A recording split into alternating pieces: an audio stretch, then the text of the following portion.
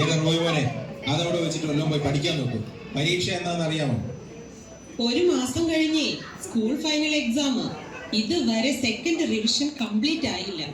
കഴിഞ്ഞ പ്രാവശ്യത്തെ പോലെ ടോട്ടലിൽ 2 മാർക്ക് കുറഞ്ഞു പോയാൽ ഞാൻ എങ്ങനെയാ മറ്റുള്ളവരുടെ മുഖത്ത് നോക്കുന്നേ? മമ്മി, ഇന്ന് സൺഡേ സ്കൂൾ എക്സാം. ഓ, ഞാൻ കരുതി സ്കൂളിലെയാണെന്ന്. സൺഡേ സ്കൂൾ അല്ല, നിനക്കറിയാമല്ലോ. അത് വച്ചങ്ങ് എഴുതിയാൽ മതി. ഇപ്പൊ പോയി സ്കൂളിലെ എക്സാം റിവിഷൻ ചെയ്യ്. മമ്മി, റിവിഷൻ കഴിഞ്ഞു. ഇനി സൺഡേ സ്കൂൾ എക്സാമിന് പഠിപ്പിക്കും. അതെ, മോനങ്ങ് അറിയാവുന്നത് വെച്ച് എഴുതിയാൽ മതി. ഇപ്പോഴാ പണിയൊക്കെ ഒന്ന് ഒതുങ്ങിയത്. മമ്മി ഇത്തിരി വിശ്രമിച്ച് TV ഒന്ന് കാണട്ടെ. സംശയമുള്ളത് ചോദിച്ചോ. കിഴക്കുന്നു വന്ന വിദ്വാൻമാർ യേശുവിനെ കണ്ട് നമസ്കരിച്ച് കാഴ്ചകൾ അർപ്പിച്ചു.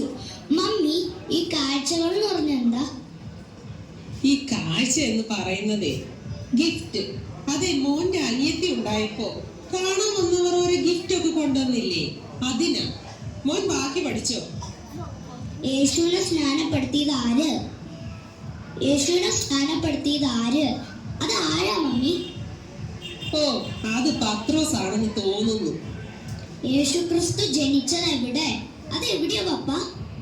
അത് ആ സിറിയൽ എങ്ങാണ്ടാണെന്ന് തോന്നുന്നു. നീ ഒന്ന് ഗൂഗിൾ സെർച്ച് ചെയ്ത് നോക്ക്. അയ്യോ, സൺഡേ സ്കൂൾ വണ്ടി വരാറായി. എക്സാം അല്ലേ, ഒന്ന് വേദോസ്തം വായിച്ച് പ്രാർത്ഥിച്ചു പോകും. ഒരു സങ്കീർത്തനം എടുത്ത് വായിക്കും. യഹോവ എന്റെ ഇടയനാവുന്നു, എനിക്ക് മുട്ടുണ്ട്. അയ്യോ, ബാക്കി വായിച്ചേ. ഇതിന്റെ ചാർജ് തീർന്നു പോയി. ബാക്കി ഓർമ്മയില്ലേ? പപ്പയാണ് ഓർത്തു വേണം. അത് മോനെ, വണ്ടി വരാറായി. പ്രാർത്ഥിച്ചോണ്ട് പോയിക്കോ, താമസിക്കണ്ട.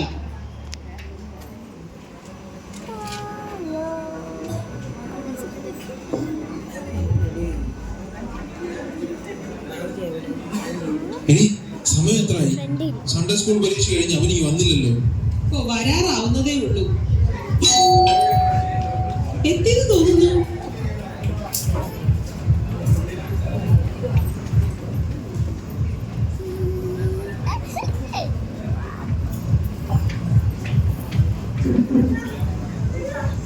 മോൻ സൺഡേ സ്കൂൾ എക്സാമിൽ എല്ലാം എഴുതിയോ? ഏതി മമ്മി? എന്തൊക്കെയായിരുന്നു ചോദിച്ചത്?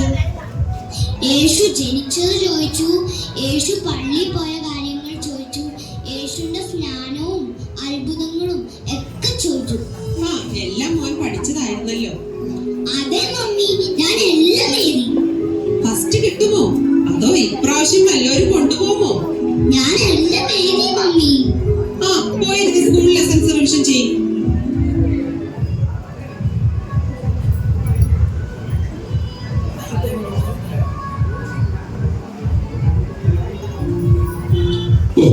പ്രേയറും കണക്കാന്ന്.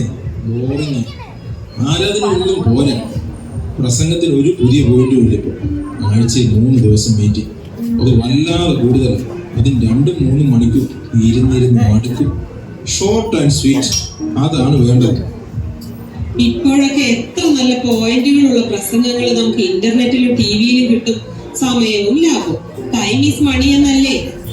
അത് പോട്ടെ, സൺഡേ സ്കൂൾ പരീക്ഷയുടെ റിസൾട്ട് ഒക്കെ വന്നല്ലോ. രാജുവിന്റെ മോന് ഫസ്റ്റ് ഉണ്ട്. നിങ്ങളുടെ റോയ്മോൻ പരീക്ഷ എഴുതിയില്ലയോ? എഴുതിയല്ലോ. ചിലപ്പോ സെക്കൻഡ് ആയിരിക്കും. സെക്കൻഡ് സണ്ണിക്ക. എടാ, നീ എല്ലാം എഴുതിയെന്ന് പറഞ്ഞിട്ട്? ഞാൻ എല്ലാം എഴുതിയത്, ഒന്നും പോലും കിട്ടില്ല.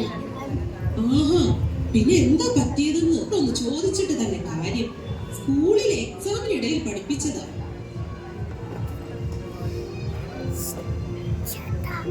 ടീച്ചറെ, റോയ്മോനെല്ലാം എഴുതിയെന്നാ പറയുന്നേ. പിന്നെ മാർക്ക് എങ്ങനെ ഇങ്ങനെയായേ?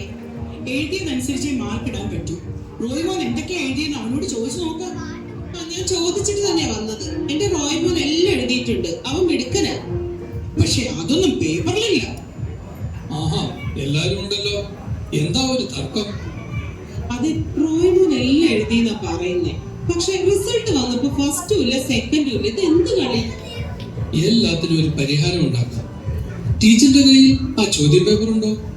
ഉണ്ട്. എന്നാ പിന്നെ പ്രശ്നം തീർന്നു. ഇപ്പൊ തന്നെ ഞാൻ റീടെസ്റ്റ് ഇടാം. എന്താ?